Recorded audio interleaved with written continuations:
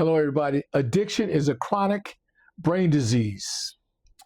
Substance use disorder alters the brain chemistry, and it requires medical and psychological help or care. Welcome to Spending Time with Gregory. I hope everybody's doing pretty good this evening. I wanted to come on and talk to you guys this evening. Guys, I'm feeling pretty good tonight, and I was thinking about something the other day I wanted to talk about, and what came to mind is families coping with loved ones who are dealing with addiction. Now, on Spending Time with Gregory, we self-reflect. We self-reflect. I don't say what you do, I say what I do, and what helped me change my life, what helped me do different things in my life.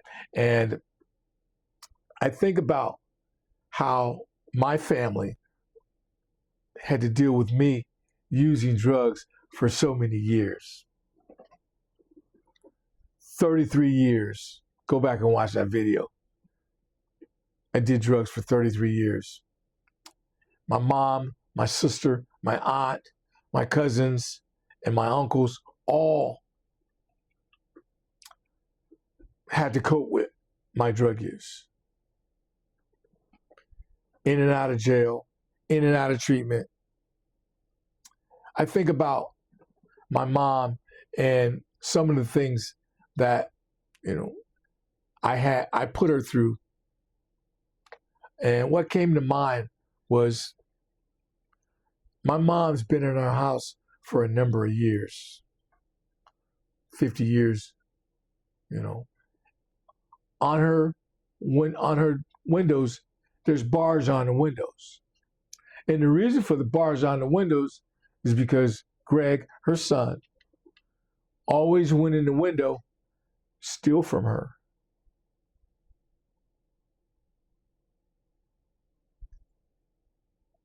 So she put bars on the windows.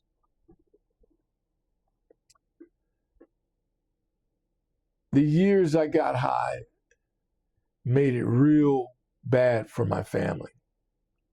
And they really didn't know how to cope with me doing crack cocaine for so many years and drinking alcohol. So I wanted to come on with this video and talk about how families can cope with their loved ones that are dealing with addiction.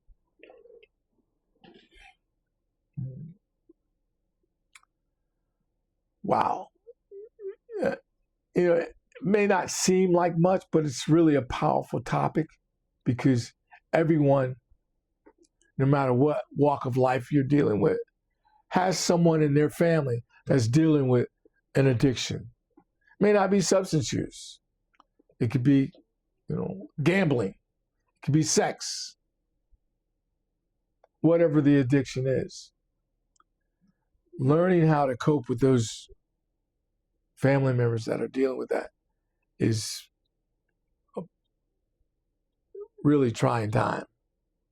And I was thinking about some of the strategies that you can use to cope with them.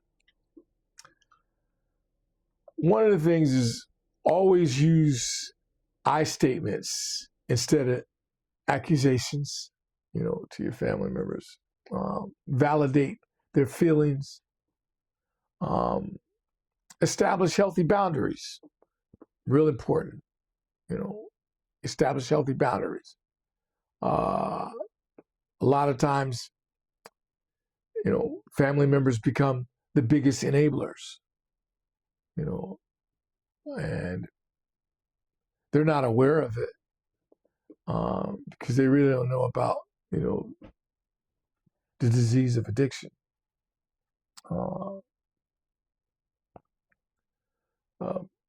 You can clarify healthy boundaries by, saying to your loved one, no substances in the house, no borrowing money, and at the same time, be consistent with not enabling your loved ones.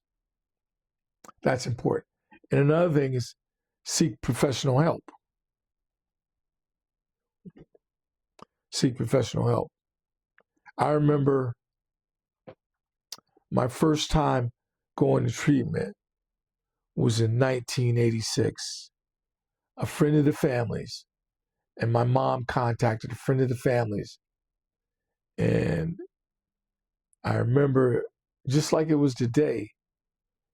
And I was sleeping in my mom's den, and I got woke up about 10 o'clock at night by this family member, and they were telling me, "You're going to get help. You're going to get treatment." And I remember getting in the back seat of the car and laying down, and I going to sleep, and about an hour later, arriving in Palm Beach County to this treatment center in 1986. So it's important to seek help, and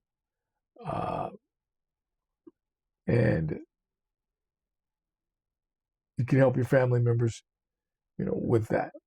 Another thing is family support groups, like Al-Anon, Nar-Anon. These can help you understand the disease of addiction better, that your family's going through. Also, there's Smart Recovery for family and friends. They offer education, coping tools, and community involvement. That's important. It's important when you have a family member that's dealing with addiction to prioritize safety, use coping, crisis planning, have naltrexone on hand for overdoses. Just a number of things that can happen, to help you cope with your family with addiction, guys. Thank you for spending time with Gregory. I hope this helped you out a little bit. I'll talk about it a little bit more in maybe another video, but hopefully this helped you guys. Thank you for spending time with Gregory. You guys have a nice evening. I see you in my next video.